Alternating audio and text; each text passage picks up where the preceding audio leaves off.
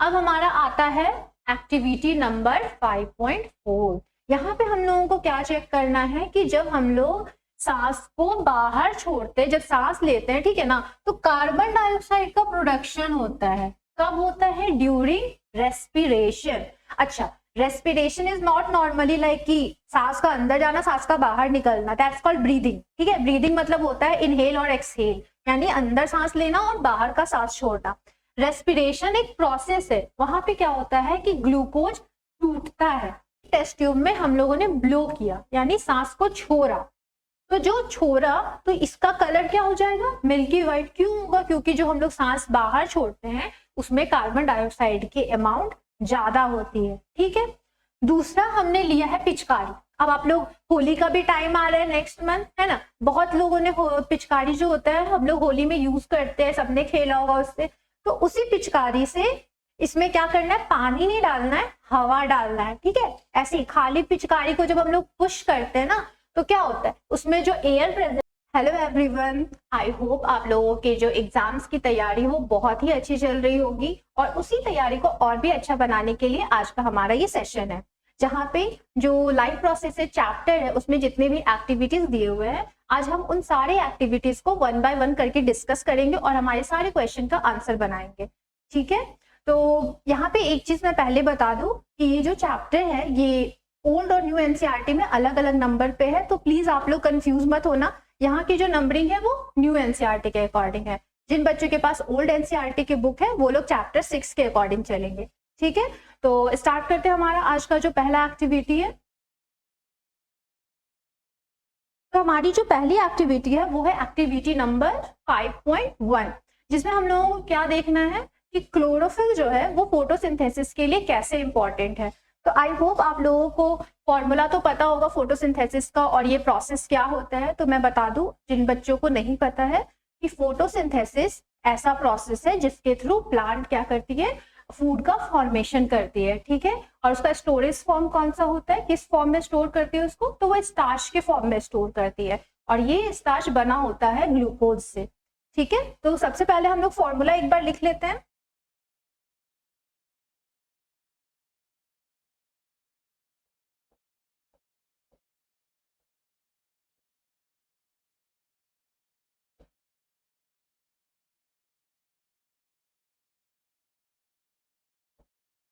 यहाँ पे आप लोग देख रहे हैं कि सनलाइट के प्रेजेंस में प्लस क्लोरोफिल के भी प्रेजेंस में, ठीक है, हमारा क्या होता है? फोटोसिंथेसिस होता है। और इस मॉलिक्यूलर फॉर्मूला क्या होता है इसका? C6H12O6। ओके, प्लस और क्या बनता है? तो हमारा बनता है, एक तो हमारा वाटर मॉलिक्यूल भी बनेगा, प्लस क्या बनेगा? ऑक्सीजन, है ना, और क्या बनेगा? ऑक्सीजन। ठीक है, ऑक्सीजन वाला जो पार्ट है उसको हम लोग नीचे लिख देते हैं ताकि आप लोगों को अच्छे से विजिबल हो। ठीक है, चलिए अब हम लोग इस फॉर्मूला को थोड़ा सा बैलेंस कर लेते हैं।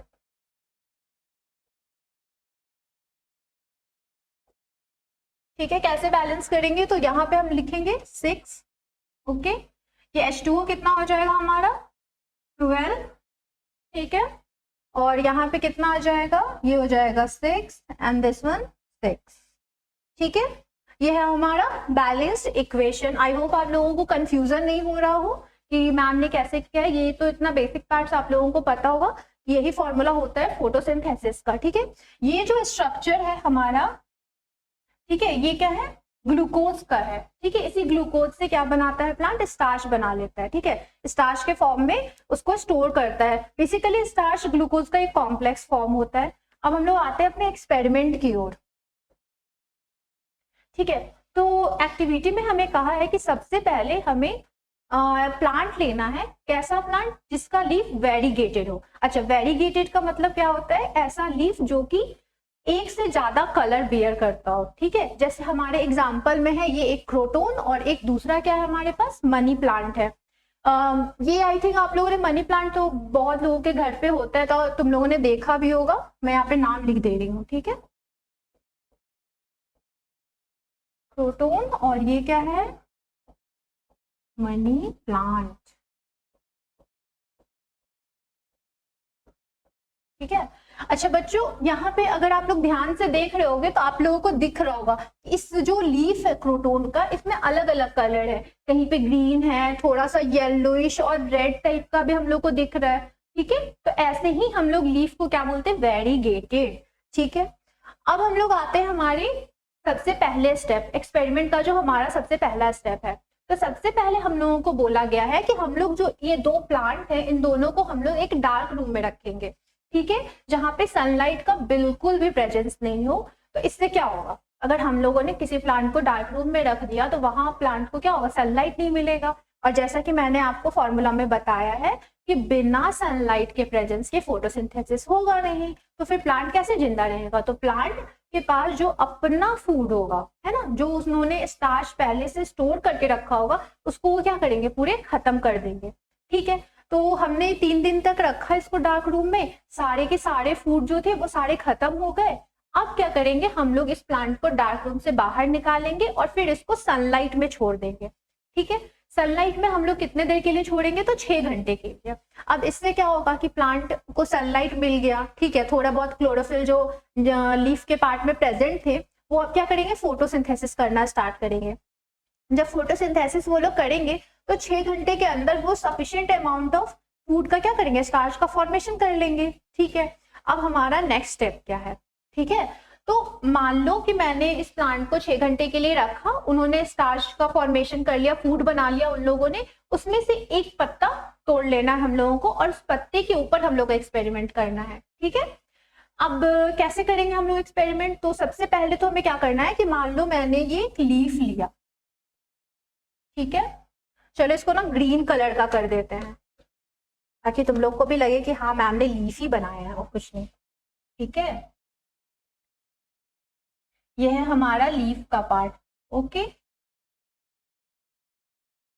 ठीक है, इसमें मान लो कि थोड़ा येलो कलर होगा, है ना, कुछ पार्ट येलो होंगे, कुछ पार्ट क्या होगा, हल्का से रेडिश होगा। ठीक है, मान के चलो। अब मैंने ये पार्ट क्या हो गया, तोड़ लिया। अब इसमें से क्या होगा कि कुछ जो पोर्शन रहेंगे वो ग्रीन रहेंगे और कुछ पोर्शन डिफरेंट कलर के रहेंगे। तो हमें क्या करना है कि मान लो जो पोर्शन हम लोगों का ग्रीन है तो इस पे हम लोगों को मार्क कर लेना है। ठीक है, जो पार्ट ग्रीन है बस उस ग्रीन पार्ट को हम लोगों को मार्क कर लेना है। क्यों करना है ये हम लोग को आगे पता चलेगा, अभी के लिए आपको इतना समझना है कि सिर्फ ग्रीन पार्ट को आपने मार्क कर लेनी है। ठीक है, फिर हमारा नेक्स्ट स्टेप क्या आता है, तो नेक्स्ट स्टेप में हम लोग प्लांट को क्या, उस लीफ को क्या करेंगे, एक बॉइलिंग वाटर में डाल देंगे। अच्छा, अब बॉइलिंग वाटर में डालने से क्या होगा, बॉइलिंग वाटर में डालने से ये होगा कि प्लांट में जितने तरह के रिएक्शन हो रहे हैं, आपको पता है कि फोटोसिंथेसिस में एक तरह का रिएक्शन है ना, तो जितने भी तरह के रिएक्शन है वो सारे होने बंद हो जाएंगे। ठीक है, तो अब जब ये सारे रिएक्शन होने बंद हो गए तो उसके बाद हम लोग क्या करेंगे कि ये लीफ को निकालेंगे और फिर हम लोग इसको डिप कर देंगे किसमें, अल्कोहल के सॉल्यूशन में। ठीक है, अब देखो यहाँ पे पहले हमने क्या किया कि हमने ग्रीन लीफ लिया। ठीक है, इस ग्रीन लीफ को हमने मार्किंग करने के बाद इस जार के अंदर पानी में डाल दिया। ठीक है, ये पानी कैसा था हमारा, ये पानी था हमारा बॉईल करता हुआ, ठीक है, उबलता हुआ पानी। अब नेक्स्ट हमें क्या करना है कि इसमें से हमने फिर लीफ निकाला, जितने रिएक्शन हो रहे थे लीफ में सारे बंद हो चुके हैं। ठीक है, अब क्या किया हमने, इसे अल्कोहल में डिप किया। कौन सा अल्कोहल लिया है यहाँ पे हमने, इथेनॉल। ठीक है, अच्छा अब तुम लोग सोचोगे कि ये डबल डिप क्यों किया गया है, क्यों किया गया है, क्योंकि अल्कोहल जो होता है वो हाईली इन्फ्लेमेबल होता है, यानी उसमें आग बहुत जल्दी पकड़ लेती है। ठीक है, तो ऐसे ही केसेस से बचने के लिए हमने यहाँ पे इसको क्या किया है, एक कंटेनर में पहले वाटर ले लिया है और फिर उसमें उस टेस्ट ट्यूब के थ्रू हम लोगों ने बॉईल करने की कोशिश की है। अच्छा, तो अब जो है इससे क्या होगा, हमारा जो नेक्स्ट क्वेश्चन अगर आप देखोगे यहाँ पे तो उसमें पूछा है कि जो लीफ का कलर है वो क्या हुआ और जो सॉल्यूशन का कलर है, सॉल्यूशन का यहाँ पे क्या कहने का मतलब है, यहाँ पे जब इसने लीफ को डाला, ठीक है, तो यहाँ पे लीफ का कलर में क्या हुआ और जो इसके अंदर अल्कोहल का सॉल्यूशन था उसमें क्या हुआ। ठीक है ना, तो क्या होगा, जो जितने भी उसमें क्लोरोफिल जो पिगमेंट होता है उसी के वजह से ग्रीन कलर होता है ना लीफ के अंदर, तो वो क्लोरोफिल का जो ग्रीन कलर वाला पार्ट होता है वो लीफ अब क्या हो जाएगा, ग्रीन कलर उसमें से निकल जाएगा, ठीक है। और वो ग्रीन कलर कहाँ पे आ जा रहा है, हमारा टेस्ट ट्यूब के अंदर, ठीक है। तो सॉल्यूशन का कलर कैसा हो जाएगा, ग्रीन, और जो लीफ का कलर है वो कैसा हो जाएगा, कलरलेस, ठीक है। नेक्स्ट पार्ट में हमें क्या देखना है, देखिए आप यहाँ पे देखो इन्होंने कोल्ड वाटर बाथ दिया है, कोल्ड वाटर बाथ में क्या हो गया, ये लीफ क्या है हमारा, डीकलराइज्ड, ठीक है। अब इस लीफ के ऊपर इन्होंने किया है आयोडीन सॉल्यूशन के कुछ ड्रॉप गिरा दिए हैं। अच्छा, आयोडीन क्या करता है, तो आयोडीन ना जहां पे भी स्टार्च प्रेजेंट होगा उस स्टार्च से जा करके ये रिएक्ट करके कौन सा कलर देता है, तो ब्लूइश कलर, कहीं कहीं आपको ब्लूइश ब्लैक भी लिखेगा, कहीं ब्लू भी रहेगा, तो आपको इसको याद रखना है, blue black colour, it's okay, ठीक है। तो ये कलर इन्होंने दे दिया। अब मान लो कि जहां पे इन्होंने कलर नहीं दिया वो क्या हुआ हमारा, ठीक है। तो जहां पे भी स्टार्च प्रेजेंट है, ठीक है, वो कलर क्या देगा, ब्लू कलर का, और जहां पे स्टार्च नहीं प्रेजेंट है वो वैसा ही क्या वैसा रहेगा, उसमें कुछ नहीं होना है, ठीक है। आप लोगों को समझ में आया, यहाँ पे देखो ये दिख रहा है पार्ट कि पहले जो पोर्शन ग्रीन था लीफ में वही पोर्शन क्या हो गया है, आफ्टर आयोडीन सॉल्यूशन डालने के बाद वही कलर चेंज कर गया है ब्लू में, ठीक है। यहाँ तक समझ में आया। और जो ये वाला ब्लैंक पोर्शन है, कलरलेस पार्ट जो है, ये क्या है, अनअफेक्टेड रह गया, क्यों, क्योंकि वहां स्टार्च का फॉर्मेशन नहीं हुआ था। तो यहां से हम लोगों को क्या समझ में आता है कि क्लोरोफिल क्या है, इंपॉर्टेंट पार्ट है फोटोसिंथेसिस का, है ना, ठीक है। ये यहाँ तक क्लियर हो गया। अब बढ़ते हम लोग हमारा जो नेक्स्ट क्वेश्चन दिया हुआ है उसके बारे में। तो what can you conclude about the presence of starch in various areas of the leaf. तो हम लोग लिखेंगे जिस भी एरिया में स्टार्च प्रेजेंट होगा उसका कलर कैसा होगा, ब्लू, और जिसमें नहीं होगा उसमें कोई कलर नहीं आएगा, है ना, उसमें ब्लू कलर क्या होगा, नहीं देगा। अब आते हैं हम लोग नेक्स्ट एक्टिविटी की तरफ। नेक्स्ट एक्टिविटी में हम लोगों से पूछा है कि फोटोसिंथेसिस में कार्बन डाइऑक्साइड का कितना इंपॉर्टेंस है। मैंने पहले ही आपको फॉर्मूला में दिखाया है कि फोटोसिंथेसिस के लिए हमें क्या क्या चाहिए, कार्बन डाइऑक्साइड चाहिए, वाटर चाहिए, और सनलाइट और क्लोरोफिल भी चाहिए, ठीक है। ये जब चारों चीज रहेंगे तभी प्लांट फोटोसिंथेसिस कर सकता है, नहीं तो नहीं। तो पहले पार्ट में हमने देखा कि कैसे क्लोरोफिल के प्रेजेंस में इन्होंने किया, ठीक है। तो क्लोरोफिल एक इंपॉर्टेंट पार्ट था। सिमिलरली हम लोग को अब दिखाना है कि जो कार्बन डाइऑक्साइड है वो भी इंपॉर्टेंट पार्ट है फोटोसिंथेसिस का, ठीक है। तो मूव करते हैं हम लोग, हमारा जो नेक्स्ट स्टेप है इसमें वो देखते हैं। सबसे पहले हम लोगों ने दो प्लांट लिए हैं, ठीक है, दो प्लांट लिया हम लोगों ने, ठीक है। एकदम सेम साइज का पॉट, सेम साइज का प्लांट रखना है, ठीक है, ताकि हम लोगों को डिफरेंसेस बहुत क्लियरली दिखे। अच्छा, यहाँ पे सबसे खास बात क्या है, तो ये है पोटेशियम हाइड्रोक्साइड, ठीक है। एक वाला जो हमने प्लांट लिया उसके साथ हमने एक वॉच ग्लास में क्या रखा है, पोटेशियम हाइड्रोक्साइड रखा है, और दूसरा वाला जो प्लांट है उसके साथ हमने कुछ नहीं रखा है, ठीक है। इन दोनों को हमने इस बेल जार से क्या किया, कवर कर दिया। अच्छा, अब एक बात बताओ, हमने जब बेल जार को से उस पार्ट को, उस प्लांट को जब कवर कर दिया तो हमने एयर का तो लिमिटेशन कर दिया। इस एयर में कुछ ही % पार्ट होते हैं जो कार्बन डाइऑक्साइड के रहते हैं, तो बस उसी पार्ट से ये लोग क्या कर सकते हैं, फोटोसिंथेसिस कर सकते हैं, यानी स्टार्च फॉर्मेशन कर सकते हैं। अब यहाँ पे एक पॉइंट आता है कि यहाँ पे पोटेशियम हाइड्रोक्साइड नहीं है और यहाँ पे है, तो पोटेशियम हाइड्रोक्साइड क्यों हमने रखा है, तो पोटेशियम हाइड्रोक्साइड का काम होता है कार्बन डाइऑक्साइड को एब्जॉर्ब कर लेना, ठीक है। ये पोटेशियम हाइड्रोक्साइड क्या करेगा, CO2 से रिएक्ट कर जाएगा, ठीक है।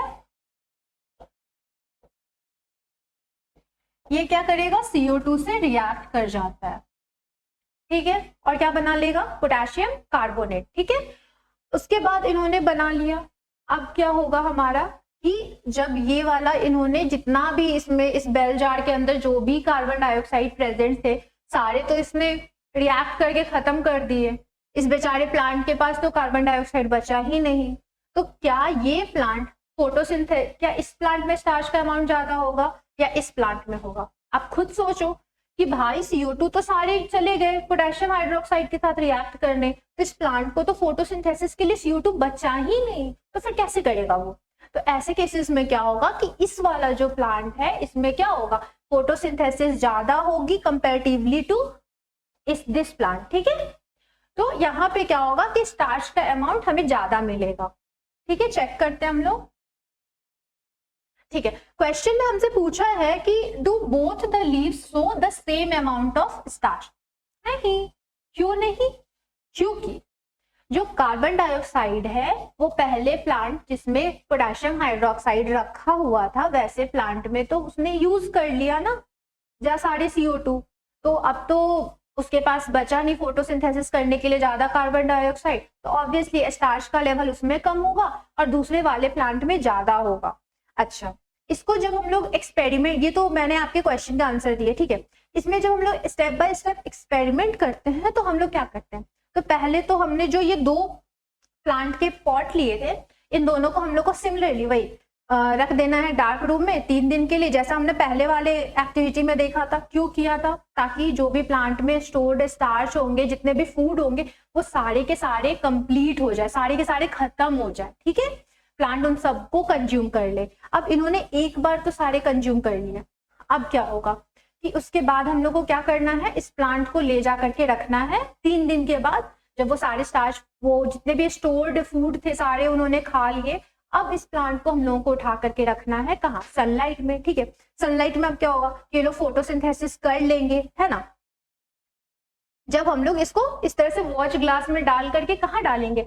सनलाइट में, है ना। सनलाइट में क्या होगा कि इन लोग को, ये जो बेल जार बना हुआ तो ग्लास का है ना, सनलाइट आराम से अंदर आ जाएगी, तो सनलाइट के प्रेजेंस में ये लोग फोटोसिंथेसिस तो कर लेंगे, पर क्या होगा कि यहाँ पे जो CO2 का अमाउंट है वो लिमिट हो जाएगा, है ना। पर यहाँ वाला कंज्यूम हो जाएगा पोटेशियम हाइड्रोक्साइड के साथ, यहाँ नहीं होगा। अच्छा, इस जार को सील करने के लिए हम लोग किस चीज का यूज करते हैं? तो वैसलीन का यूज करते हैं ना। वैसलीन का यूज करके हमने इसको एयर टाइट बना दिया कि जरा सा भी एयर ना अंदर जाएगा ना बाहर आएगा, ठीक है। क्लियर? अच्छा, हमें इस एक्सरसाइज से क्या सीखने को मिलता है? तो ये सीखने को मिलता है कि कार्बन डाइऑक्साइड भी एक इंपॉर्टेंट पार्ट है इसका, फोटोसिंथेसिस का, ठीक है। क्लियर बच्चों? अब हम लोग बढ़ते हैं हमारे नेक्स्ट एक्टिविटी की तरफ। एक्टिविटी नंबर है 5.3। इसमें हम लोगों को क्या देखना है कि जो सलाइवरी एमाइलेज का प्रेजेंस है वो हमारे सलाइवा में प्रेजेंट होता है और उसका काम क्या होता है? टू डाइजेस्ट द स्टार्च, ठीक है। हम लोग को बस यही शो करना है कि हमारे सलाइवा में जो सलाइवरी एमाइलेज नाम का एंजाइम प्रेजेंट है वो किस में हेल्प करता है? स्टार्च के डाइजेशन में हेल्प करता है। तो इसके लिए हम लोगों को क्या करना होगा कि सबसे पहले हमें 2 टेस्ट ट्यूब लेने होंगे, ठीक है। दोनों टेस्ट ट्यूब में हमें क्या डालना होगा? थोड़ा सा स्टार्च, ठीक है। जो भी हमारे पास स्टार्च का सॉल्यूशन होगा वो 1 ml हम दोनों में डाल देंगे। इसके बाद हम लोग क्या करते हैं कि हम लोग सलाइवा डालते हैं, ठीक है। एक में हमने सलाइवा नहीं डाला है और एक में डाल दिया है, ठीक है। ये वाला जो सॉल्यूशन है हमारा, ये स्टार्च लिखा हुआ है, ठीक है। इस सॉल्यूशन में हमने सलाइवा नहीं डाला है और इस वाला जो टेस्ट ट्यूब है इसमें हमने सलाइवा डाला है, ताकि हम लोग कंपेयर कर सके कि क्या सच में सलाइवा में जो प्रेजेंट एंजाइम है वो स्टार्च का डाइजेशन करता है या नहीं करता है, ठीक है। हमने क्या किया, 1 ml स्टार्च सॉल्यूशन ले लिया दोनों टेस्ट ट्यूब में। अब इसमें से जो एक टेस्ट ट्यूब है इसमें हम लोग क्या लेंगे? सलाइवा। सलाइवा हम लोगों को कितना लेना है? 1 ml, ठीक है। उसके बाद हम लोग क्या करेंगे कि इसको कुछ देर के लिए ऐसे ही छोड़ देंगे। क्यों छोड़ेंगे? ताकि जो सलाइवा है वो अपना काम कर सके आराम से, इसको तंग नहीं करना, हिलाना डुलाना कुछ नहीं करना, ऐसे ही जैसे है वैसे ही हमें एक टेस्ट ट्यूब स्टैंड आता है उसमें हम लोगों को डाल के छोड़ देनी है। ये सलाइवा अपने आप अपना काम कर लेगा, इसमें तो है नहीं, इसमें कर लेगा, है ना। फिर हमें क्या करना है कि ऑलमोस्ट हाफ एन आवर, मान के चलो 20 to 30 मिनट्स के लिए हमने डाल दिया। उसके बाद हम लोगों को इसमें आयोडीन का सॉल्यूशन डालना है, ठीक है। आयोडीन सॉल्यूशन के ड्रॉप्स डालने हैं हमें, फ्यू ड्रॉप्स हमने आयोडीन सॉल्यूशन डाला। और कैसा हम लोग को सॉल्यूशन लेना है? तो डाइल्यूटेड फॉर्म में, ठीक है। हमने डाला ड्रॉप बाय ड्रॉप। अब हम लोग को वेट करना है रिएक्शन होने का। तो आपको पता है कि जहां पे स्टार्च प्रेजेंट होता है वहां जब आयोडीन जाता है तो कलर हमें देता है ब्लू, ठीक है। तो क्या होगा कि किसमें कलर ब्लू आएगा? जिसमें स्टार्च प्रेजेंट, जिसमें सलाइवा प्रेजेंट है उसमें, या जिसमें सलाइवा प्रेजेंट नहीं है उसमें। अच्छा, आपको ये तो पता नहीं कि सलाइवा हमारे मुंह में आती है ना, ये हमारे मुंह में आते हैं, बाकी एनिमल्स के भी आते हैं, ठीक है। ये जो सलाइवा है, ओके। अब देखो क्या होगा कि यहाँ पे कलर आएगा और इस वाले सॉल्यूशन में कलर आएगा और इस वाले सॉल्यूशन में कलर नहीं आएगा। तो हमें क्वेश्चन क्या पूछा है, हमसे क्वेश्चन पूछा है कि in which test tube do you observe a colour, तुम्हें वो ऐसा कलर किसमें दिखता है, वो ब्लू कलर। तो हम लोग क्या बोलेंगे कि हमें उस टेस्ट ट्यूब में कलर दिखता है जिसमें सलाइवा प्रेजेंट नहीं है। ठीक है, नेक्स्ट कि ये क्या इंडिकेट करता है, प्रेजेंस या absence of starch in the two test tube. ठीक है, तो हमें पता है कि जो टेस्ट ट्यूब नंबर 1 था जिसमें हमने सलाइवा मिक्स नहीं किया था, वहां तो स्टार्च एज इट इज है, लेकिन जो टेस्ट ट्यूब नंबर 2 है वहां पे क्या हो गया है, स्टार्च का डाइजेशन हो चुका है, यानी वो छोटे छोटे मॉलिक्यूल में टूट चुका है। तो वहां पे क्या लिखेंगे, वहां पे एब्सेंस होगा स्टार्च का, जो हमारा टेस्ट ट्यूब नंबर बी था जिसमें हम लोगों ने क्या किया था, सलाइवा मिक्स किया था। अब क्या है, नेक्स्ट क्वेश्चन हमें पूछ रहा है कि ये हमें क्या बताता है, सलाइवा का एक्शन स्टार्च के ऊपर। तो मैंने आप लोगों को बताया है कि सलाइवा क्या करता है, स्टार्च का डाइजेशन करता है। तो हम लोग लिख सकते हैं कि इस experiment shows that saliva helps in the digestion of starch. Simple. ठीक है, बढ़े हम लोग अपने नेक्स्ट एक्टिविटीज के ऊपर। आई होप आप लोगों को यहाँ तक कोई भी प्रॉब्लम या कुछ भी कंफ्यूजन नहीं रहा होगा। मैंने एक एक पार्ट सारे एक्सप्लेन कर दिए आप लोगों को। चलिए अब हमारा आता है एक्टिविटी नंबर 5.4। यहाँ पे हम लोगों को क्या चेक करना है कि जब हम लोग सांस को बाहर छोड़ते हैं, जब सांस लेते हैं, ठीक है ना, तो कार्बन डाइऑक्साइड का प्रोडक्शन होता है। कब होता है, ड्यूरिंग रेस्पिरेशन। अच्छा, respiration is not normally like कि सांस का अंदर जाना, सांस का बाहर निकलना, दैट्स कॉल्ड ब्रीदिंग। ठीक है, ब्रीदिंग मतलब होता है इनहेल और एक्सहेल, यानी अंदर सांस लेना और बाहर का सांस छोड़ना। रेस्पिरेशन एक प्रोसेस है, वहां पे क्या होता है कि ग्लूकोज टूटता है। ठीक है, कैसे टूटता है वो हम आपको दिखाते हैं। ये रहा हमारा ग्लूकोज। ठीक है, ये किसके प्रेजेंस में टूटेगा बच्चों, ऑक्सीजन के प्रेजेंस में। ठीक है, और टूटने के बाद ये क्या बनाएगा, ये बना देगा कार्बन डाइऑक्साइड प्लस वाटर। ठीक है, और साथ ही साथ ये रिलीज करेगा एनर्जी।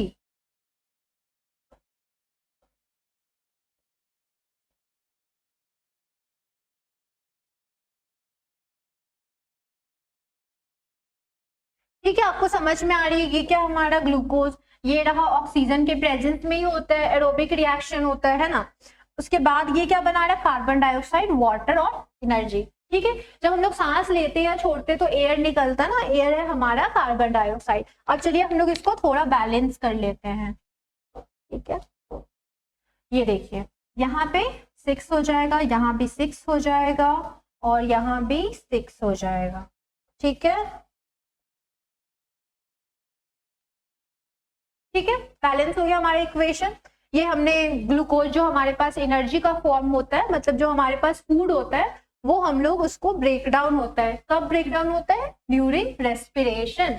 ठीक है, हम लोग सांस लेते हैं अंदर तो ऑक्सीजन जाता है। ठीक है, यही ऑक्सीजन के प्रेजेंस में ये ग्लूकोज टूटता है और क्या बनाता है, कार्बन डाइऑक्साइड। और जब हम लोग सांस छोड़ते हैं तो क्या निकलता है, कार्बन डाइऑक्साइड। ऑब्वियसली और भी कुछ कुछ एयर निकलते हैं, पर carbon dioxide is the major part. जो हम लोग को यहाँ पे पढ़ना है वो क्या पढ़ना है हमारा, कार्बन डाइऑक्साइड। तो अब हम लोग एक एक्सपेरिमेंट करेंगे जिसमें से हम लोग ये दिखाएंगे कि जो रेस्पिरेशन होता है उसमें क्या बनता है हमारा, तो कार्बन डाइऑक्साइड प्रोड्यूस होता है। कैसे दिखाएंगे, देखिए यहाँ पे भी हमने 2 टेस्ट ट्यूब लेके रखा है। ठीक है, टेस्ट ट्यूब में हमने क्या रखा है, लाइम वाटर। ठीक है, दोनों ही टेस्ट ट्यूब में हमारे लाइम वाटर प्रेजेंट है। अच्छा, लाइम वाटर का क्या स्पेशलिटी होता है, क्यों हम लोग लाइम वाटर यूज कर रहे हैं, क्योंकि लाइम वाटर ना कार्बन डाइऑक्साइड से रिएक्ट करके क्या बनाता है, मिल्की वाटर बनाता है। ठीक है ना, कलर जो होता है उसका बिल्कुल मिल्की व्हाइट हो जाता है। ठीक है, इसीलिए हम लोग यहाँ पे लाइम वाटर का यूज कर रहे हैं। तो हमने क्या किया, एक टेस्ट ट्यूब में हम लोगों ने ब्लो किया, यानी सांस को छोड़ा, तो जो छोड़ा तो इसका कलर क्या हो जाएगा, मिल्की व्हाइट। क्यों होगा, क्योंकि जो हम लोग सांस बाहर छोड़ते हैं उसमें कार्बन डाइऑक्साइड की अमाउंट ज्यादा होती है। ठीक है, दूसरा हमने लिया है पिचकारी। अब आप लोग, होली का भी टाइम आ रहा है नेक्स्ट मंथ, है ना, बहुत लोगों ने पिचकारी जो होता है हम लोग होली में यूज करते हैं, सबने खेला होगा उससे। तो उसी पिचकारी से इसमें क्या करना है, पानी नहीं डालना है, हवा डालना है। ठीक है, ऐसी खाली पिचकारी को जब हम लोग पुश करते हैं ना तो क्या होता है, उसमें जो एयर प्रेजेंट होगा वो एयर किस में चला जाएगा, हमारे टेस्ट ट्यूब के अंदर। अब हम लोग को चेक करना है कि दोनों टेस्ट ट्यूब में से किसका कलर मिल्की होता है और किसका कलर नहीं होता है, या फिर होता है तो कितना टाइम लगता है।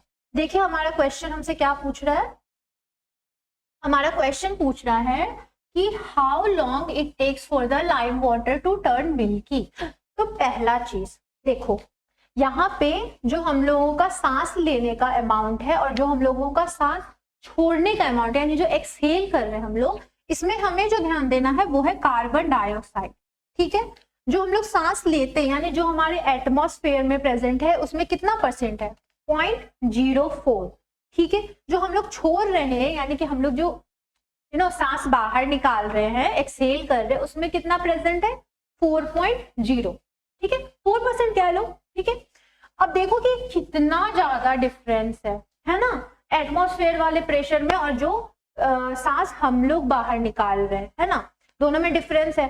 तो कार्बन डाइऑक्साइड तो एटमॉस्फेयर में भी प्रेजेंट है और हमारे ब्रेथ में भी प्रेजेंट है।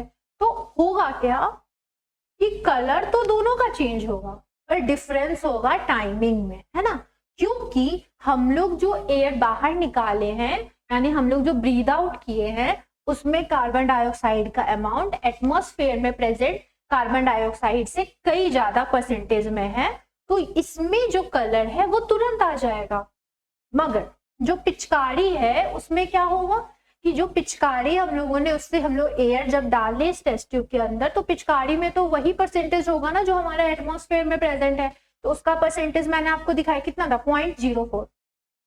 तो कार्बन डाइऑक्साइड तो था बट ऑब्वियसली उसमें काफी टाइम लगेगा ना, इतना सा कार्बन डाइऑक्साइड कैसे तुरंत रिएक्ट कर जाएगा इतने सारे लिक्विड वाटर से। तो हमें ये बताना है कि सबसे पहले किसका चेंज होगा, सबसे तुरंत किसका चेंज होगा, तो होगा जिसमें हम लोगों ने एयर ब्लो किया था। ठीक है, नेक्स्ट क्वेश्चन की तरफ हम लोग आते हैं कि what does this tell us about the amount of carbon dioxide in the air that we breathe out. तो हमें क्या बताता है कि जो हम लोग एयर बाहर निकालते हैं, जो ब्रीद आउट करते वक्त एयर निकालते हैं, उसमें कार्बन डाइऑक्साइड का अमाउंट काफी ज्यादा है।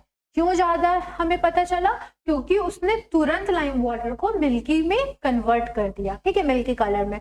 यहाँ तक क्लियर है, आप लोगों को कोई कंफ्यूजन नहीं। चलिए अब हम लोग करते हैं अपना नेक्स्ट एक्टिविटी, जो है एक्टिविटी नंबर 5.5। अब यहाँ पे आता है ईस्ट का फर्मेंटेशन, जो कि वो करता है, किसका फर्मेंटेशन करता है, ईस्ट कार्बोहाइड्रेट का करता है ना, और क्या बनाता है, कार्बन डाइऑक्साइड। तो हमें तो पता है कि ईस्ट फर्मेंट करके कार्बन डाइऑक्साइड बनाता है कार्बोहाइड्रेट का, यानी यहाँ हम लोग ग्लूकोज ही पे दिखाएंगे।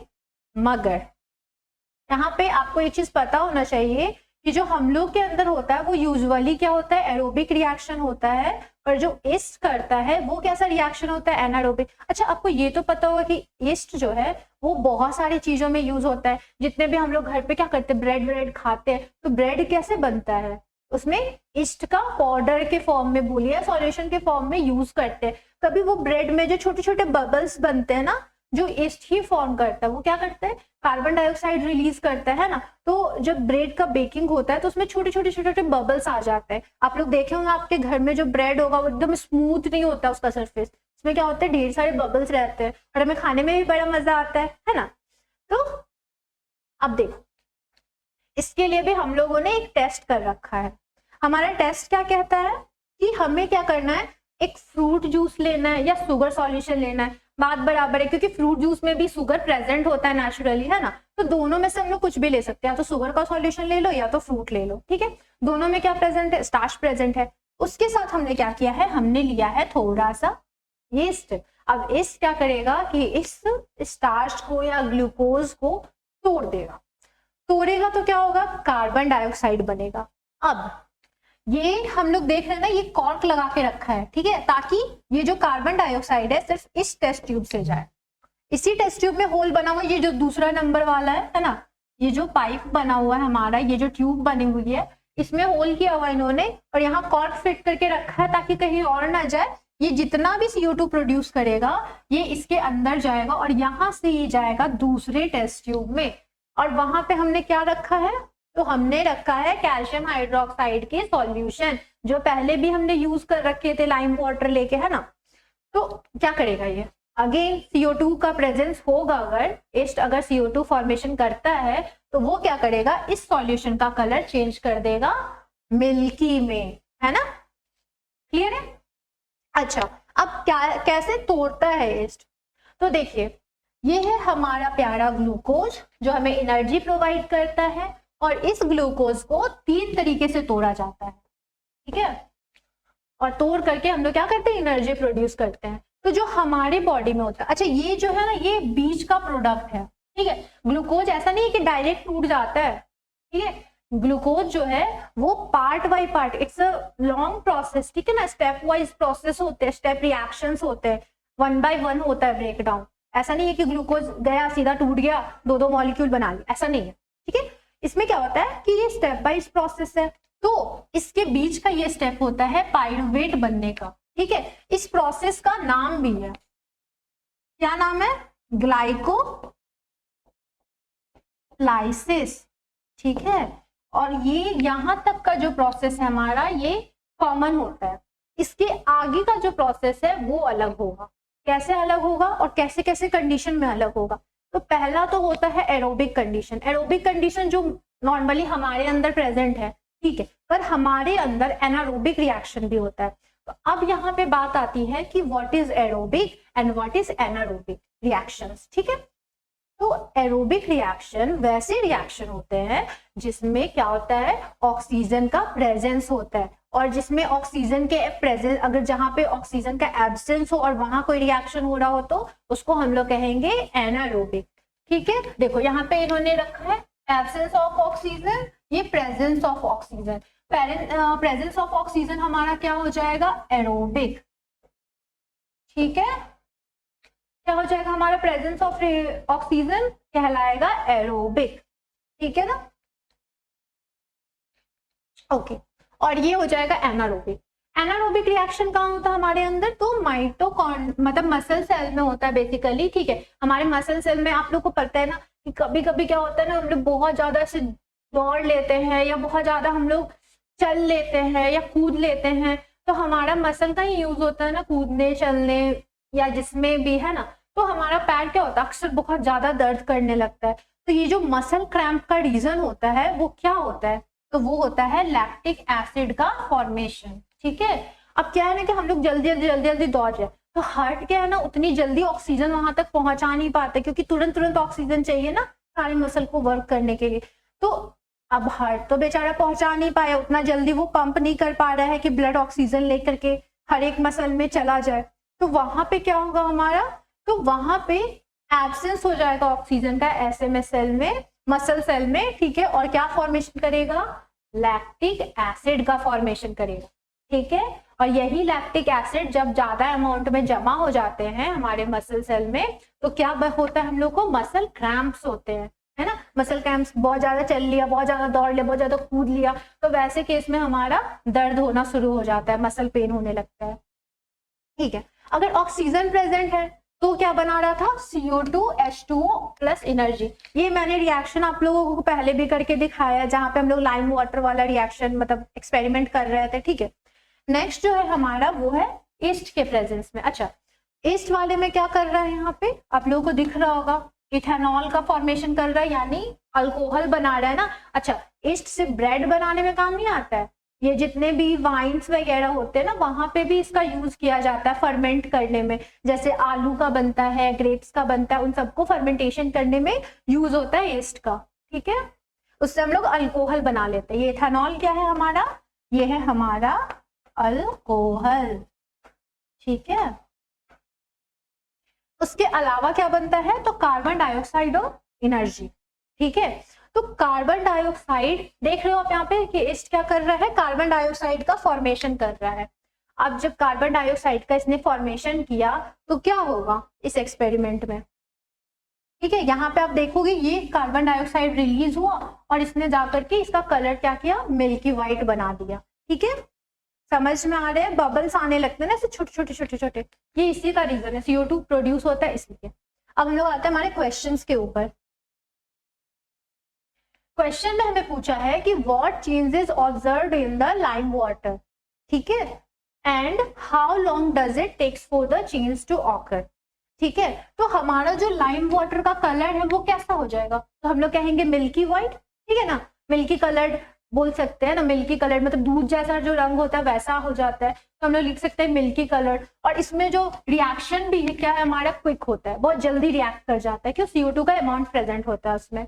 अच्छा, अब जो नेक्स्ट क्वेश्चन है कि what does this tell us about the product of fermentation, इससे हम लोग को क्या पता चलता है कि फर्मेंटेशन जो हुआ यानी इसने जो ग्लूकोज का ब्रेक डाउन किया उससे क्या बना प्रोडक्ट, पता है हमें क्या बनाया उसने, एक तो इथेनॉल बनाया, दूसरा CO2 बनाया। पर ये जो एक्सपेरिमेंट है ये तो फैक्ट हुआ, ठीक है, पर जो एक्सपेरिमेंट से हमें पता चला वो क्या पता चला कि इसने कार्बन डाइऑक्साइड बनाया, ठीक है। क्या बनाया इसने, कार्बन डाइऑक्साइड, कैसे बनाया, with the help of fermentation, ठीक है, ब्रेक डाउन करके उन्होंने कार्बन डाइऑक्साइड बना लिया। तो ये एक्टिविटी हमारा यहाँ पे ये वाला खत्म होता है और हम लोग चलते हैं हमारे नेक्स्ट एक्टिविटी की तरफ। अब है हमारा ये नेक्स्ट एक्टिविटी जो है एक्टिविटी नंबर 5.6, जहां पे हमें क्या करना है, फिश यानी मछली और जो ह्यूमन का ब्रीदिंग रेट होता है ना उसको हम लोगों को कंपेयर करना है।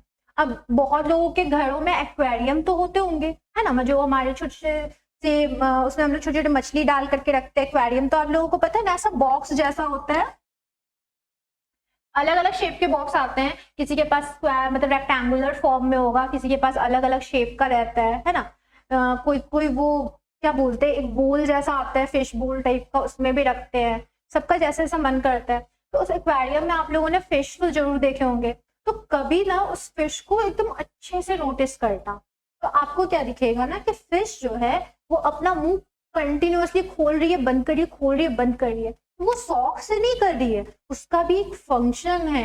ऐसा नहीं कि उसे वो कंटिन्यूअसली खाना खाते जा रही है, ऐसा नहीं है, फिश का खाना खाने का एक लिमिटेशन है, ठीक है, ऐसा नहीं है 24 आवर्स वो फिश बैठ के खाना खाते रहती है इसलिए मुंह खोलना और बंद करना करते रहती है। वो इसलिए करती है क्योंकि उसका वही मेथड है ताकि वो ऑक्सीजन ले सके, ठीक है। चलिए मैं आपको एक फिगर दिखाती हूँ जिसमें आपको दिखेगा, ये हमारा क्यूट सा फिश है, ठीक है, ये इनका आपको माउथ वाला पोर्शन दिख रहा है ना, इसी माउथ को वो क्लोज करती है, बंद करती है, मतलब को ओपन करती है और क्या करती है, क्लोज करती है, ओपन क्लोज करते रहती है, ठीक है। अच्छा, अब इसमें होता क्या है इसका कि जैसे हम लोग सांस लेते हैं तो हमारा भी जो चेस्ट है या जो हमारा एब्डोमेन वाला पार्ट है ये भी तो मूव करता है ना, उसी तरह से फिश का भी माउथ ओपन और क्लोज होता है।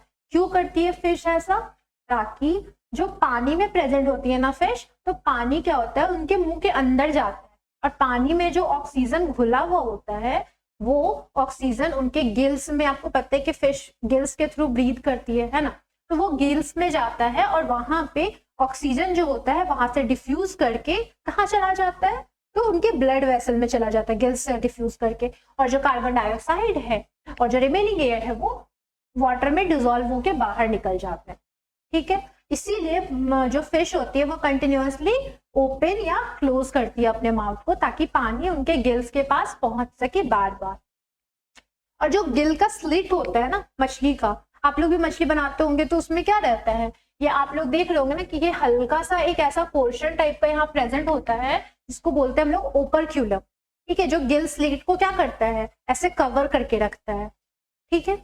अब जो हम लोग को यहाँ पे आपको ये तो समझ में आ गया कि मछली कितने बार मुंह खोल रही है बंद कर रही है और क्यों कर रही है ये भी पता चल गया। अब आता है हमारा जो क्वेश्चन है वो ये कि मछली का जो ब्रीथिंग रेट है यानी कि जितने बार वो माउथ ओपन क्लोज कर रही है उसका नंबर ज्यादा है या फिर जो हम लोग सांस लेते हैं उसका नंबर ज्यादा है।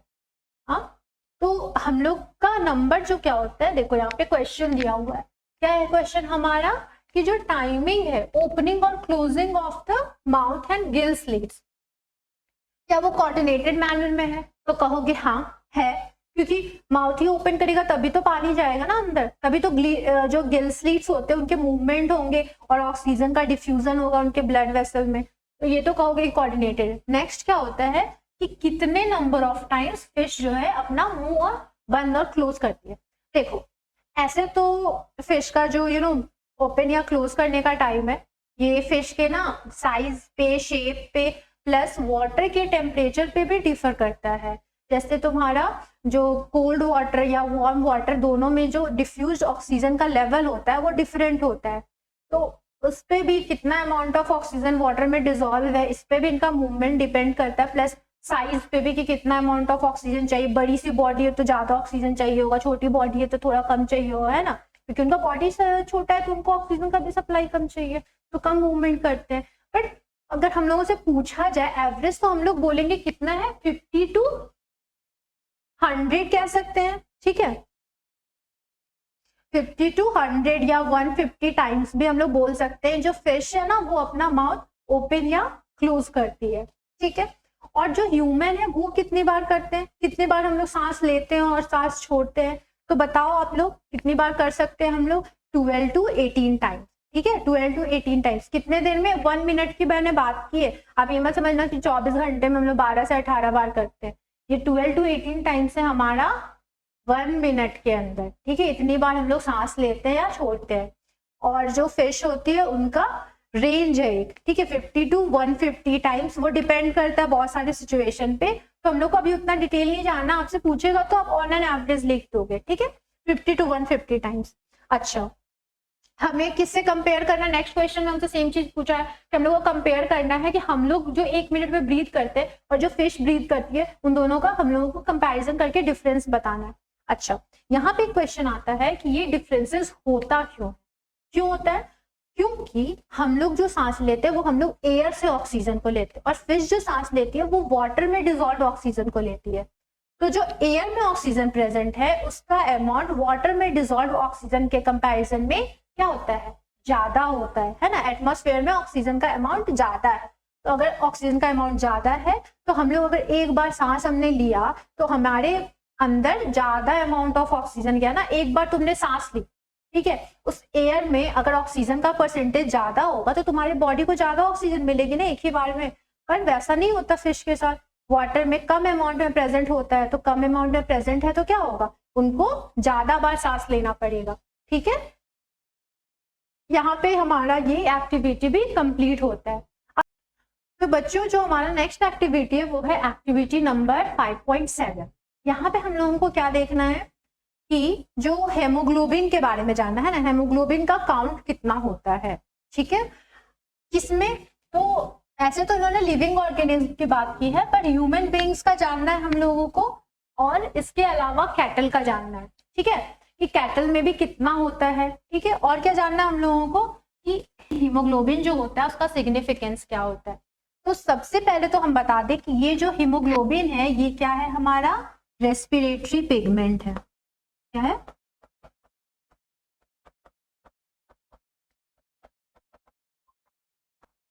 ये है रेस्पिरेटरी पिगमेंट। अच्छा, हम लोग हीमोग्लोबिन को रेस्पिरेटरी पिगमेंट क्यों बोलते हैं? क्योंकि यही पिगमेंट जो होता है वो हमें ब्लड, ये किसमें प्रेजेंट होती है? ब्लड में प्रेजेंट होती है। स्पेशली ब्लड के अंदर जो आरबीसी होता है ना, रेड ब्लड सेल जिसको बोलते हैं, उसके अंदर प्रेजेंट होता है हेमोग्लोबिन, जिसको हम लोग शॉर्ट फॉर्म में एचबी भी लिखते हैं। कैसे रिप्रेजेंट करते हैं हम लोग शॉर्ट फॉर्म में? एचबी के फॉर्म में, ठीक है। तो ये जो रेड ब्लड सेल है इसके अंदर प्रेजेंट क्या होती है? तुम्हारी हेमोग्लोबिन। ये हेमोग्लोबिन क्या करती है कि ऑक्सीजन का कैरी करती है, ठीक है। हमारे ब्लड में ऑक्सीजन यही कैरी करती है और सारे सेल्स के पास जाके पहुंचा देती है। अब इस वजह से हम लोग इसको क्या बोलते हैं? रेस्पिरेटरी पिगमेंट बोलते हैं, ठीक है। अब इसका सिग्निफिकेंस तो मैंने आपको बता दिया, इसका काम है ऑक्सीजन का ट्रांसपोर्ट करना ऑल अक्रॉस द बॉडी या टू द सेल, है ना। ये क्या होता है? जो हमारा ब्लड जो होता है वो लंग्स के पास आता है ना, लंग्स के पास आया, वहां पे क्या प्रेजेंट है? एल्वियोलाई। एल्वियोलाई से क्या होता है ना, जो ऑक्सीजन है वो डिफ्यूज करके ब्लड में आता है और जो कार्बन डाइऑक्साइड ब्लड में प्रेजेंट है वो डिफ्यूज करके एल्वियोलाई में जाता है, और यही कार्बन डाइऑक्साइड हम लोग बाहर निकालते हैं जब हम लोग एक्सहेल कर रहे होते हैं ना, सांस बाहर छोड़ रहे होते हैं। ठीक है, यहाँ तक क्लियर है आपको कि क्या सिग्निफिकेंस होता है हीमोग्लोबिन का। अब हम लोग बढ़ेंगे हमारे नेक्स्ट क्वेश्चन की तरफ कि हमारे अंदर हीमोग्लोबिन कितना प्रेजेंट है। मेल का अलग होता है, फीमेल का अलग होता है ह्यूमन बीइंग्स में, और उसी तरह से कैटल में ज्यादा डिफरेंसेस नहीं होते हैं। यूजुअली जो मेल का हीमोग्लोबिन नंबर है वो फीमेल के कंपैरिजन में थोड़ा ज्यादा रहता है। ठीक है, हम लोग पर 100 ml ब्लड में चेक करते हैं कितने ग्राम हीमोग्लोबिन प्रेजेंट है, तो मेल में थोड़ा ज्यादा रहता है, फीमेल में थोड़ा सा कम रहता है, और फिर चाइल्ड में भी अलग लेवल होता है। तो कितना कितना वैल्यू है इसका वो हम आपको दिखाते हैं। हमारा क्वेश्चन जो कह रहा है यही कह रहा है। ठीक है, अपने हेल्थ सेंटर जो भी तुम्हारे लोकेलिटी में प्रेजेंट है वहां जाओ, और वहां जा करके क्या करो, हीमोग्लोबिन लेवल चेक करो किसी भी ह्यूमन बीइंग्स का। तो क्या वैल्यूज है देखो, चिल्ड्रन जो 6 से 12 साल के रेंज में आते हैं उनका हीमोग्लोबिन है 11.5 टू 15.5। ये ऐसे रेंज में रहता है। ठीक है ना, क्योंकि हीमोग्लोबिन एग्जैक्ट किसी में नहीं होते, थोड़ी बहुत ऊपर नीचे वेरी करती है। ठीक है, तो ये क्या हमारी रेंज है। हमेशा हीमोग्लोबिन किस में हम लोग लिखते हैं, एक रेंज में लिखते हैं। एग्जैक्ट वैल्यू हम लोग जल्दी यूज नहीं करते हैं। ठीक है, चिल्ड्रन में कितनी होती है, इतनी। जो एडल्ट फीमेल होती है उनमें होती है 12.1 टू 15.1। अच्छा, ये डेसीलीटर का मतलब 100 ml है। ठीक है, और एडल्ट मेल में कितना होता है 13.6 टू 17.7। ठीक है, देख रहे हैं आप लोग को कि एडल्ट मेल में फीमेल के कंपैरिजन में ज्यादा हीमोग्लोबिन प्रेजेंट है। नेक्स्ट क्वेश्चन हम लोगों से क्या पूछ रहा है कि क्या चिल्ड्रन और एडल्ट, इधर मेल और फीमेल दोनों में सेम है क्या? नहीं ना, दोनों के थोड़ा ही डिफरेंस होता है, पर है तो डिफरेंस, सेम तो नहीं है। नेक्स्ट क्वेश्चन है हमारा कि जो हीमोग्लोबिन लेवल है वो मेन और वुमेन का सेम है कि नहीं। तो मैंने आपको दिखाया कि जो एडल्ट फीमेल होती है या जो एडल्ट मेल होते हैं दोनों में डिफरेंस होता है। एडल्ट मेल का हीमोग्लोबिन लेवल थोड़ा सा ज्यादा होता है एडल्ट फीमेल के कंपैरिजन में। ठीक है, नेक्स्ट, अभी तो हम लोग गए थे नॉर्मल हेल्थ सेंटर जो हमारी लोकेलिटी में प्रेजेंट था, पर अब आपको बोला जा रहा है कि अब जाओ वेटनरी क्लिनिक में। वेटनरी क्लिनिक में जाकर के हम लोगों को क्या देखना, वेटनरी में मतलब क्या रहता है, वेटनरी क्लिनिक में वहां पे जानवरों के इलाज होते हैं, है ना। बस उन लोगों को डॉक्टर्स जो इलाज करते हैं जानवरों को उनको हम लोग वेटनरी डॉक्टर्स बोलते हैं। ठीक है, तो उनके हॉस्पिटल्स या क्लिनिक्स को हम वेटनरी क्लिनिक बोल देंगे। ठीक है, तो यहाँ पे हमसे क्वेश्चन पूछा है कि जो नॉर्मल रेंज ऑफ हीमोग्लोबिन है वो एनिमल जैसे कि बफेलो हो गया या काउ, है ना, गाय या भैंस जो हमारे कैटल में प्रेजेंट हो, कैटल्स में यही सब आते हैं ना, है ना, जिनका लोग मिल्क भी यूज करते हैं, ये सब क्या होते हैं, मिल्क गिविंग एनिमल्स होते हैं। ठीक है, तो इनके अंदर हीमोग्लोबिन लेवल कितना है। और दूसरा कि क्या काव्स किसको बोलते हैं, गाय के बच्चे को बोलते हैं ना, उसको क्या बोलते हैं, काव्स बोलते हैं। जैसे ह्यूमन बीइंग्स में जो छोटे छोटे बच्चे होते हैं उनको हम लोग चिल्ड्रन बोलते हैं, उसी तरह से जो गाय के छोटे बच्चे होते हैं उनको हम लोग काव्स कहते हैं। ठीक है, और जो मेल और फीमेल होते हैं उनमें कितना होता है। ठीक है, तो देखो, और नेक्स्ट क्वेश्चन में हमारा कि जो मेल और फीमेल ह्यूमन बीइंग्स है और जो कैटल है उनमें कितना हीमोग्लोबिन डिफरेंसेस होता है। तो हम आपको एक रेंज बता दे रहे हैं ताकि आप अपने एग्जाम में इजिली वहां पे मेंशन कर पाओ। ठीक है, ठीक है, देखो ये चीज तो मैंने आपको प्रीवियसली बता दिया कि चिल्ड्रन में एडल्ट मेल और एडल्ट फीमेल ह्यूमन बीइंग्स में कितने होते हैं। ठीक है, अब यहाँ पे आते हैं हमारा कैटल का बात आता है, यानी कि काउ और वेफेलो। तो काव्स में ऑन एन एवरेज, ठीक है, ये रेंज का एवरेज लिया हुआ है कि 10.5 होता है, वहीं जो काउ मेल होते हैं वहां 8 to 12 और फीमेल में 10 to 15। कुछ थोड़ा सा ऊपर नीचे ही सेम है इसमें, किसमें, बफेलो में मेल में 12.5 है टू 14.5 और फीमेल में है 11.5 टू 13.5। ठीक है, अब आपको दिख गया कि क्या डिफरेंस होता है, काव्स में भी अलग होता है और जो मेल और फीमेल बफेलोज होते हैं उनमें अलग होती है ना। जो मेल और फीमेल कैटल होते हैं या जो जानवर होते हैं उनमें, और जो एडल्ट फीमेल या मेल होते हैं ह्यूमन बीइंग में, उनमें हेमोग्लोबिन का क्या डिफरेंस है। आप ये वैल्यूज वहां पुट कर दो, आपको बहुत एक्सप्लेन करने का जरूरत नहीं होगा, बस आपको मेंशन करना है कि हाँ वो क्या होता है, डिफरेंट होता है, क्या डिफरेंस होता है, तो आपने लिख देना। अच्छा, ये डिफरेंसेस होते क्यों, वो इसलिए होते हैं क्योंकि हीमोग्लोबिन तुम्हारा हीमोग्लोबिन का काम क्या होता है, बेसिकली ऑक्सीजन का कैरी करना। ठीक है, तो हीमोग्लोबिन अगर लेवल किसी में कम है या किसी में ज्यादा प्रेजेंट है तो उसके बायोलॉजिकल नीड के अकॉर्डिंग होता है ना। हर एनिमल्स में हीमोग्लोबिन का लेवल उनके बायोलॉजिकल नीड की तरफ होता है कि उनको कितना जरूरत है, उनकी एक्टिविटी पे डिपेंड करता है कि उनको ऑक्सीजन लेवल का कितना रिक्वायरमेंट है, उसी हिसाब से हीमोग्लोबिन प्रेजेंट होता है। अब इसका मतलब नहीं कि बहुत ज्यादा हीमोग्लोबिन कम हो गया तो इट्स अ गुड थिंग, उसका एक्टिविटी लो है इसलिए उसमें हीमोग्लोबिन का लेवल कम है। एक रेंज सबके लिए फिक्स किया गया है, ठीक है। Let it be human being हो या मतलब कैटल्स वगैरह, सबका एक हीमोग्लोबिन का पर्टिकुलर रेंज होता है, उसी रेंज के अराउंड रहे तो ठीक है। पर अगर बहुत कम हो जा रहा है तो यहाँ पे प्रॉब्लम क्रिएट हो सकती है क्योंकि ऑक्सीजन का सप्लाई नहीं होगा, ठीक है। पर ऐसे अगर हम लोगों से पूछे कि क्यों ह्यूमन बीइंग्स का अलग है, क्यों काऊ का अलग है, क्यों बफेलो का अलग है, तो आप कह सकते हो कि ये डिफरेंसेस आते हैं क्यों, बायोलॉजिकल नीड्स के बेसिस पे, है ना। जो जिनका जैसा बायोलॉजिकल नीड होता है उनका वैसा हेमोग्लोबिन लेवल होता है, ठीक है। यहाँ तक पूरा ये मत कुछ सोचने लगना कि किसी में बहुत कम है तो मतलब उसको तो जरूरत ही नहीं होगा इसलिए बहुत कम है, वो रेंज के अकॉर्डिंग ही चलना है, ठीक है।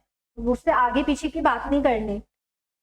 नेक्स्ट है हमारा 5.8। अच्छा, सबसे पहले तो हमें ये बताना है कि प्लांट में ट्रांसपिरेशन होता है या नहीं होता है। तो पहले तो आप ये बताओ कि ट्रांसपिरेशन होता क्या है। तो ट्रांसपिरेशन होता है loss of water from the surface of plant in the form of vapour, है ना। वेपराइज कर जाता है वाटर, क्या होता है मतलब प्लांट से जो पानी का लॉस हो रहा है उसी को हम लोग क्या बोलते हैं, ट्रांसपिरेशन बोलते हैं ना। अब ये पानी का लॉस हो कहाँ से रहा है, ऐसा तो नहीं है कि पत्ते पे पानी गिरा हुआ है और हो गया हवा में, नहीं। प्लांट के अंदर का पानी सारा उड़ जाता है। कैसे उड़ता है तो आप लोगों को पता होगा, स्टोमाटा के बारे में आपने सुना होगा, है ना। स्टोमाटा क्या होते हैं, छोटे छोटे ओपनिंग होते हैं। प्लांट का जो लीफ होता है ना उसमें छोटे छोटे पोर्स होते हैं, जो होल्स होते हैं, उसी से क्या होता है गैस का एक्सचेंज करता है प्लांट, यानी CO2 क्या करता है, लेता है और ऑक्सीजन बाहर निकालता है। इसका काम क्या होता है, गैसियस एक्सचेंज का।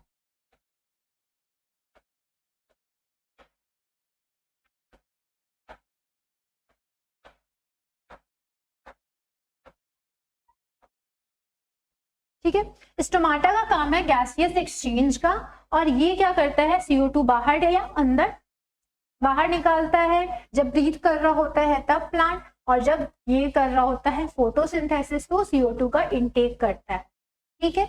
अब जब प्लांट ने तो वो पोर्स को खोले ताकि गैस का एक्सचेंज हो सके, पर होता क्या है ना कि वाटर का भी लॉस हो जाता है।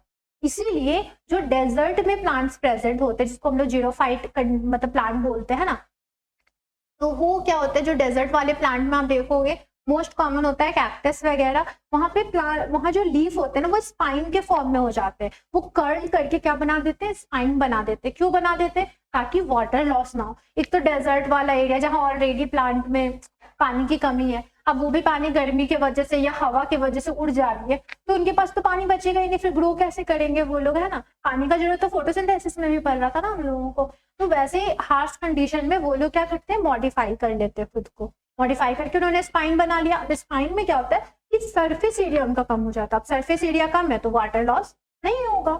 अच्छा, ये हम लोग करते कैसे एक्सपेरिमेंट,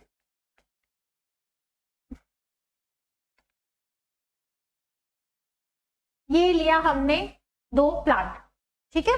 ये प्लांट नहीं है, यहाँ पे एक्चुअली एक स्टिक आपको लगाना है, ये लगा दिया हमने स्टिक, ठीक है। ब्लू नहीं ब्राउन कलर के स्टिक्स होते हैं, ठीक है ना, जो पेड़ से मिलता है हम लोग को। तो हमने लगा दिया स्टिक और एक में हमने लगाया प्लांट, रखा हमने बेल जार, या फिर हम लोग इसको एक प्लास्टिक शीट से भी, जो प्लांट होता है ना बेसिकली हम लोग इसको प्लास्टिक शीट से लपेट देते हैं, ठीक है। अब ये प्लास्टिक शीट क्या करेगा, किस चीज में हेल्प करेगा कि यहाँ तो प्लांट है, ठीक है, तो ऐसे केसेस में क्या होंगे कि जो पानी होंगे ना वो इसमें से रिलीज होगा, ट्रांसपिरेशन तो होगी ना पत्ते में, तो पत्ते से अगर मान लो कि ट्रांसपिरेशन होता है, वाटर लॉस होता है, तो वाटर का प्रेजेंस दिखेगा। लेकिन यहाँ तो स्टिक है, ये बेजान सा स्टिक, इसमें क्या नहीं होगा, यहाँ कहाँ से पानी और कहाँ से क्या, तो यहाँ क्या होगा, कोई वाटर का प्रेजेंस मिलेगा नहीं, कुछ नहीं मिलेगा। तो इससे हम लोगों को पता चलता है कि प्लांट जो होते हैं, जो लिविंग प्लांट होते हैं, उनमें ट्रांसपिरेशन होता है, उनमें वाटर लॉस होता है, ठीक है। यहाँ पे आप लोगों को क्लियर, यहाँ क्वेश्चन पूछा गया था कि how do you observe any differences in the to case. तो हाँ कहेंगे एक में क्या हो रहा है, हमें क्या मिल रहा है, वाटर का प्रेजेंस मिल रहा है, वाटर ड्रॉपलेट्स मिल रहा है, और जो दूसरा हमने स्टिक लगा के रखा था वहां क्या हो रहा है कि हमें जो वाटर का प्रेजेंस है वो नहीं है। देखो यहाँ पे दो स्मॉल पॉट लिए थे और हमने एक में प्लांट और एक में स्टिक लगाया था। अब दोनों में सॉइल वगैरह सब कुछ लेवल सेम रखना, बस डिफरेंस एक ही है कि एक में हमने रखा था सॉइल, मतलब एक में हमने रखा था प्लांट और एक में हमने रखा था स्टिक। दोनों को हमने कवर कर दिया प्लास्टिक शीट से, और इसके वजह से क्या होता है कि मॉइस्चर जो है वो हवा से सूखेगा नहीं, है ना। इस जितने मैंने क्या बताया कि जो स्टोमाटा का जो पोर होता है, जो ओपनिंग होती है, वहां से वाटर निकलता है, तो वो हवा की वजह से या गर्मी की वजह से, जिससे बोलो वो वेपर के फॉर्म में लॉस हो जाता है ना। उसी को हमने ट्रांसपीरेशन कहा था। पर अब क्या हो रहा है ना कि वो पोर तो खुल रही है, पानी तो निकल रही है, बट वो पानी स्केप नहीं कर पा रही है, वो उड़ नहीं पा रही है, वो पानी वहां कलेक्टेड है। अब हम लोगों को क्या करना है कि जो दोनों सेट है ना उनको हम लोगों ने चेक किया, ठीक है।